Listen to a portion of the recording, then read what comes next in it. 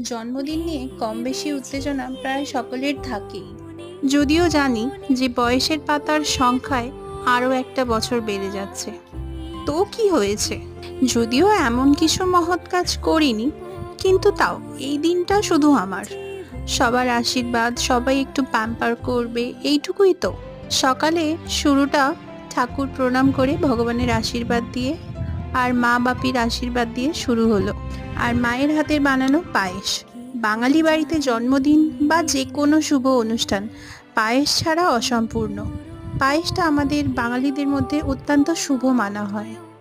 পরমান্ন ছাড়া যে কোনো শুভ অনুষ্ঠান অসম্পূর্ণ থেকে যায়।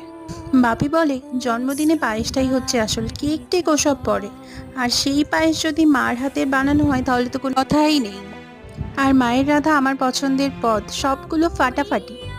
এখন আমি খাই, সেকেন্ড পার্টটা খুব তাড়াতাড়ি আসছে। টাটা।